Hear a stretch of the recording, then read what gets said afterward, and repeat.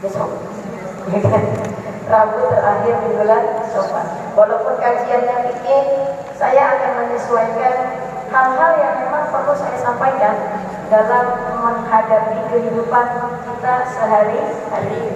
Besok Rabu terakhir di bulan Syawal. Jangan terlalu abai, jangan pula terlalu ekstrim. Maksudnya gimana? Jangan jadi pengikut kanan, jangan pula terlalu kiri. Jangan pula gini, Rebo Wekasan aja metu-metu.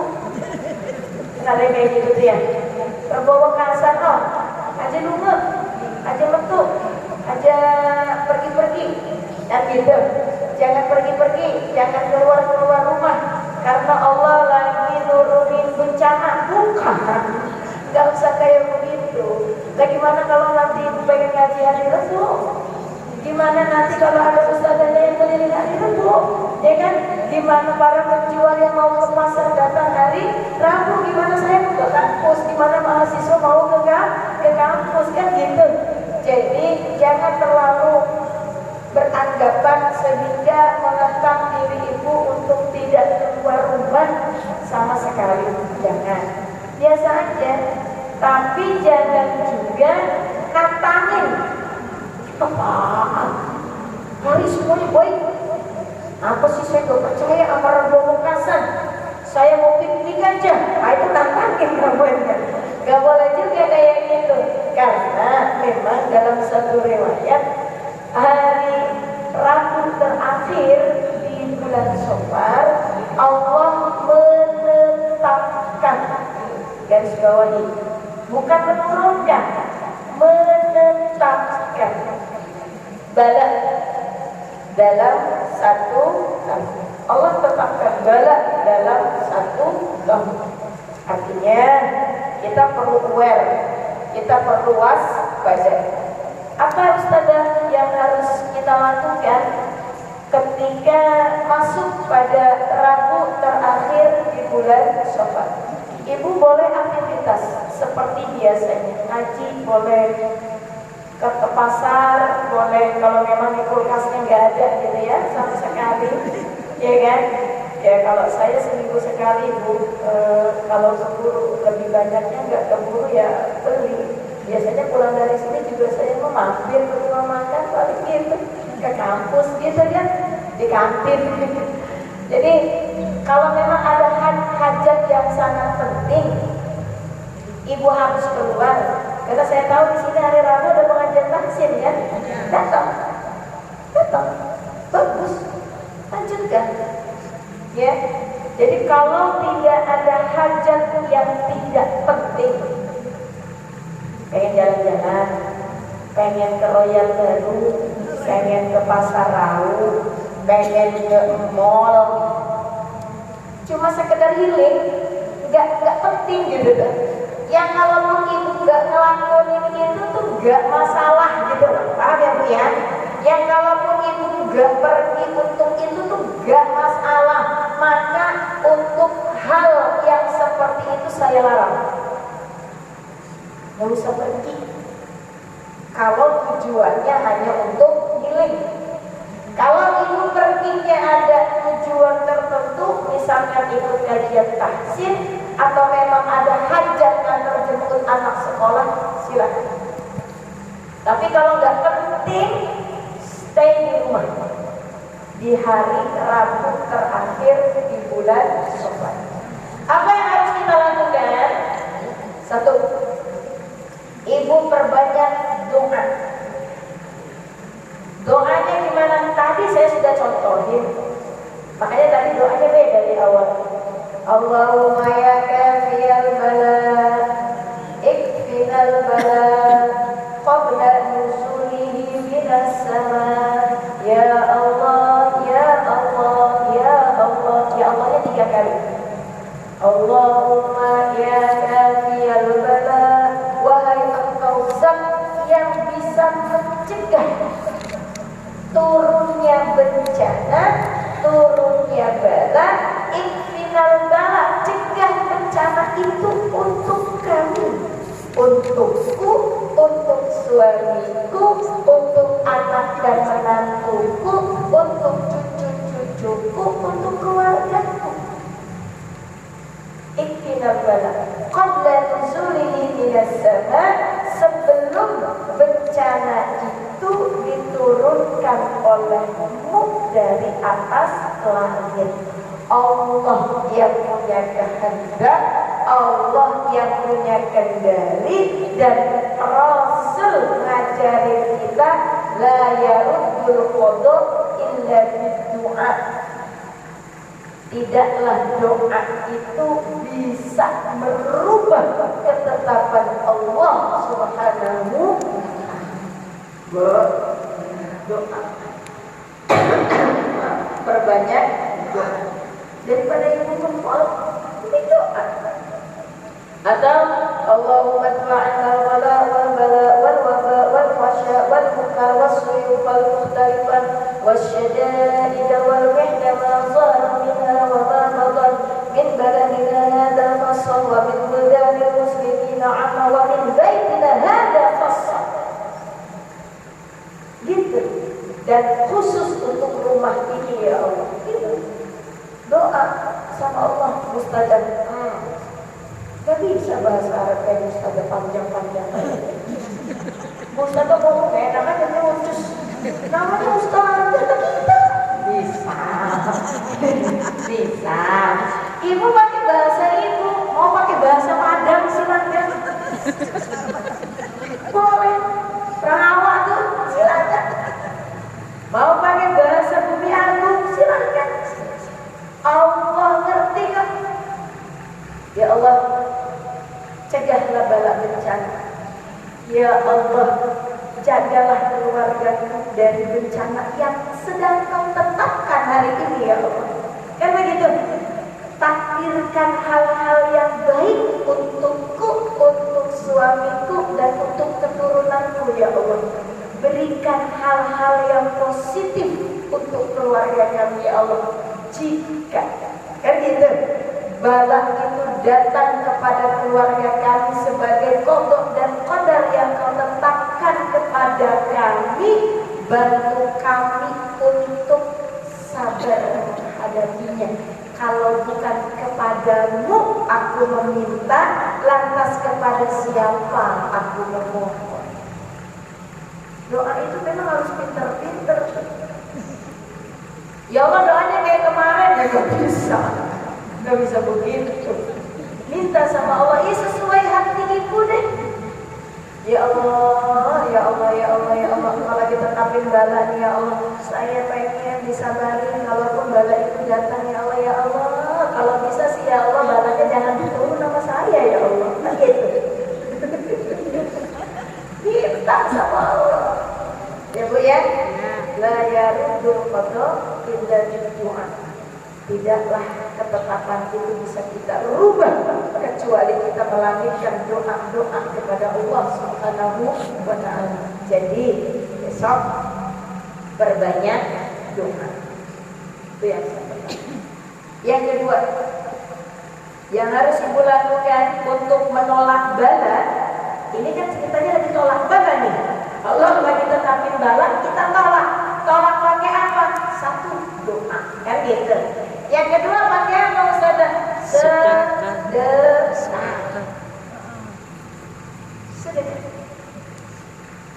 Sedekah. Bu, sedekah keliling. Sedekah. Tolak bala. Sedekah. Bu, badiru bis sedekah. Bersegera. Kalau mau sedekah segera. Segera. Karena sedekah itu la yatakhattab riqabas sadaqah. Al-bala yatakhattab riqabas sadaqah. Bencana itu tidak melewati punggung-punggung orang yang bersedekah. Bu, sedekah. Kau pelit. Jangan pelit. Bahkan orang yang mati kalau pengen hidupin, cita-citanya bukan mau sholat, bukan juga mau tawaf di Mekah, enggak. Laula akhartani ila ajalin qarib, ya Allah, kalaulah Engkau izinkan aku untuk ditunda ajalnya sebentar aja, mau ngapain kata Allah? Fa as-saddaqa Allah, pengen sedekah ya Allah. Lah kemarin waktu hidup ngapain? Pelit saya ya Allah. Itu cuma mimpi, gak bisa. Maka mumpung masih hidup, mumpung ada yang ngingetin nih, besok pagi-pagi jangan lupa sedekah. Ustazah, ya, ingatnya jam 10 Ustazah. Kata Ustazah kan pagi-pagi, ya maksudnya segera kalau ibu ingat langsung sedekah. Bahkan kata baginda Rasul, dawu marqakum bis sedekah, obatilah sakitmu dengan sedekah. Ibu sakit apa? Cancer. Sedekah. Iya Ustazah, tapi saya udah sedekah Ustazah, kok penyakit saya nggak sembuh-sembuh. Ibu penyakitnya cancer. Iya, sedekahnya berapa? 5.000. Kagak nyambung dong. Kagak nyambung. Bu, ya disesuaiin, dicocokin. Kalau penyakitnya butuh air, ya. Paham maksud saya? Paham? Dan sedekah, obatilah sakitmu dengan cara sedekah. Saya kemarin sudah bercerita, Aisyah dapat salam dari malaikat. Artinya malaikat bisa ngobrol sama Nabi yang nyalamin baginda Rasul. Mukadimah dulu biar ibu ngerti kenapa sih harus sedekah besok tuh. Nabi itu bisa ngobrol sama malaikat. Bu, Aisyah dapat salam dari malaikat Jibril. Nabi Daud pernah ngobrol sama malaikat Israil. Lagi pengajian gini, Nabi Daudnya lagi pengajian. Tiba-tiba ada malaikat Israil dan Nabi Daud melihat itu malaikat Israil. Ibu jangan dikira di sini cuma ada kita.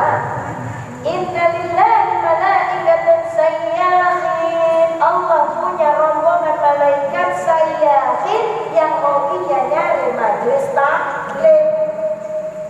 Ning BAP 1 ada majelis taklim. Maaf ibu, yang hadir di sini bukan cuma ibu. Banyak para malaikat yang berkerumun di masjid ini. Banyak.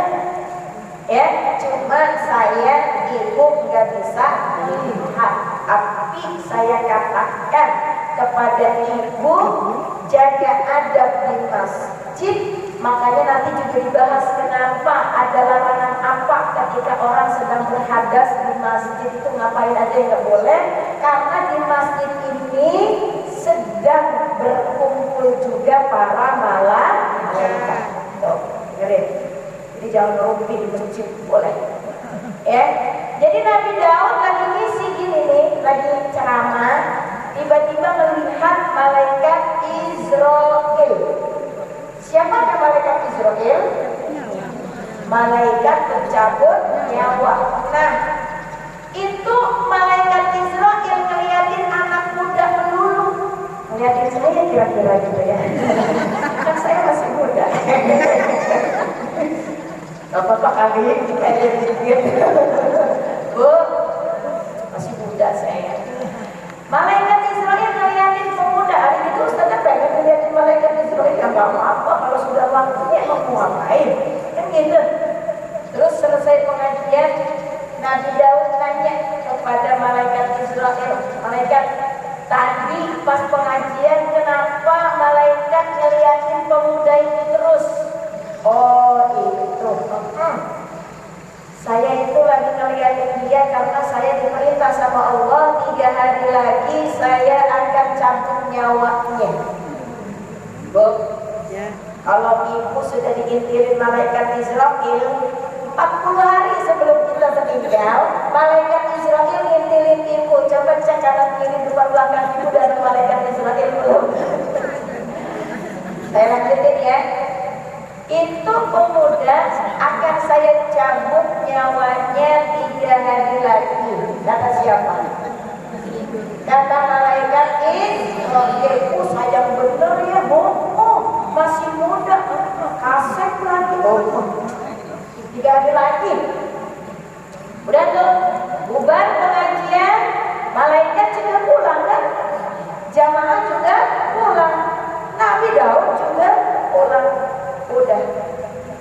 setelah itu nggak ketemu.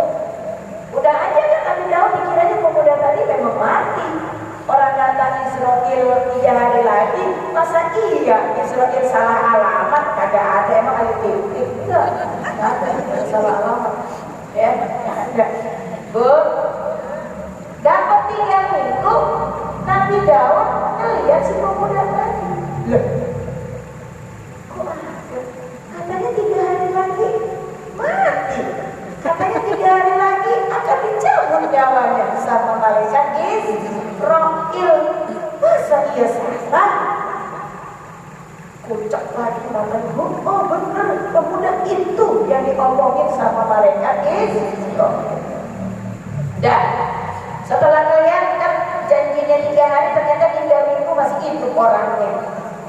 Ambil tuh ketemu Nabi Daud sama malaikat Israel. Ya, itu tadi saya lihat si pemuda itu. Kamu kagak jadi cabut nyawanya? Oh enggak begitu konsepnya, kata malaikat Israel. Terus kenapa dia masih ada? Kenapa kagak jadi dicabut nyawanya? Bu, dengerin. Setelah pemuda itu pulang ke kajian, ngedenger kajian engkau, wahai Nabi, dia pulang ke rumah bibinya, yang mana bibinya semata wayang, gak ada keluarganya. Dia nginep 3 hari 3 malam di rumah bibinya. Dia penuhi semua kebutuhan bibinya. Bukankah itu sedekah? Sedekah dulu sedekah bukan ini? Dipenuhi semua kebutuhan hidupnya 3 hari 3 malam. Dan sedekahnya 3 hari 3 malam tersebut Allah ganti memanjangkan umur pemuda tersebut 30 tahun. Yuk sedekah. Bukan la yaruddul qada illa bid-du'a, ya kan? Ketetapan Allah bisa dirubah dengan cara doa. Dan penguatnya adalah sedekah. Sedekah panjangin umurmu. Man arada ayyubsata lahu fi rizqihi wa ayyunsa'alahu fi athrih falyasil rahimahu. Siapapun orangnya yang pengen dijembarkan rizkinya, dilapangkan rizkinya, dipanjangkan umurnya, maka hendaklah dia silaturahim. Kalau silaturahim disuguhin air, cocok. Saya nih dari rumah, kalau nggak datang ke sini nggak dapat ini gelar tancap kaki. Cocok. Paham ibunya. Nah ini yang sedekah ini nanti panjang umurnya. Yang suka bawa-bawain makanan gitu. Ya, memang begitu. Begitu konsepnya sedekah. Ya, dia nolak bala, dia nyembuhin penyakit, dia manjangin umur, dan yang sangat dicita-citakan oleh ahli kubur. Jadi sudah berapa yang harus dilakukan? 2.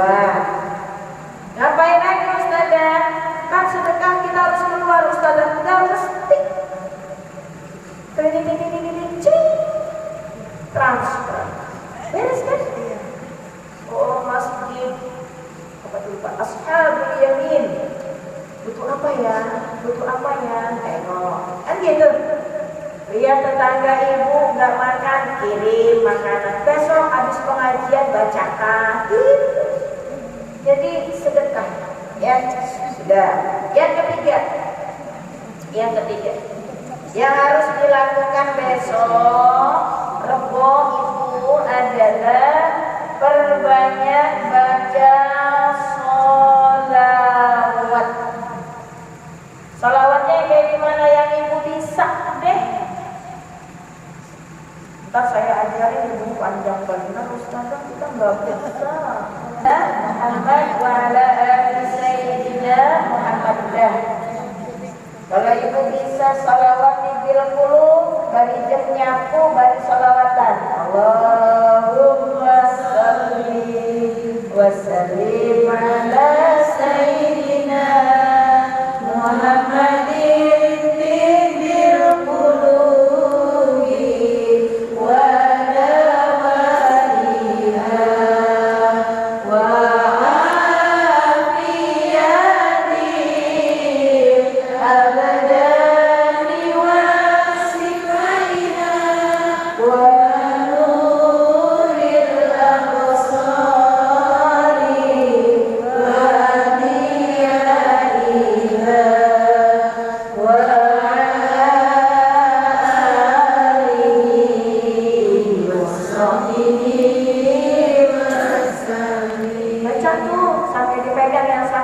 jatuh pegangan.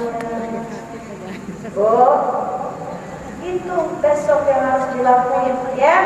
Kalau bisa baca salawatnya yang ini nih. Kalau bisa. Allahumma sholli ala sayyidina Muhammadin sholatan taghfiru biha dzunub wa tuslihu biha al-qulub wa tanṭaliqu biha al-'usur wa tarinu biha as-su'ub wa ala alihi wa sahbihi wa man ilaihi mansub. Enggak bisa, Ustaz, enggak bisa. Kamu kalau bisa, atau pakai sholawat Fatih. Allahumma sholli wa sallim wa barik ala sayyidina Muhammadin al-Fatih lima ughliq wal khatim lima sabaq nasiril haqqi bil haqqi wal hadi ila siratikal mustaqim wa ala alihi haqqa qadrihi wa miqdarihi al-'azim. Ya. Kagak bisa, sudah buka aja itu di IG, Instagram, sholawat Fatih. Gitu. Cok, saudara kita udah tua, ya udah baca sholawat yang bisa aja. Ya namanya kan saya ngajarin. Mungkin ada anak muda bisa lihat IG, kan gitu. Mungkin ibu-ibu yang kagak mau repot, udah gitu aja saja. Allahumma sholli ala Muhammad wa ala ali sayyidina Muhammad. Oh, boleh. Yang penting banyakin baca sholawat. Ngapain saja? Nyambung hati kita dengan baginda Rasulullah sallallahu alaihi wasallam. Sudah, bekalnya udah buat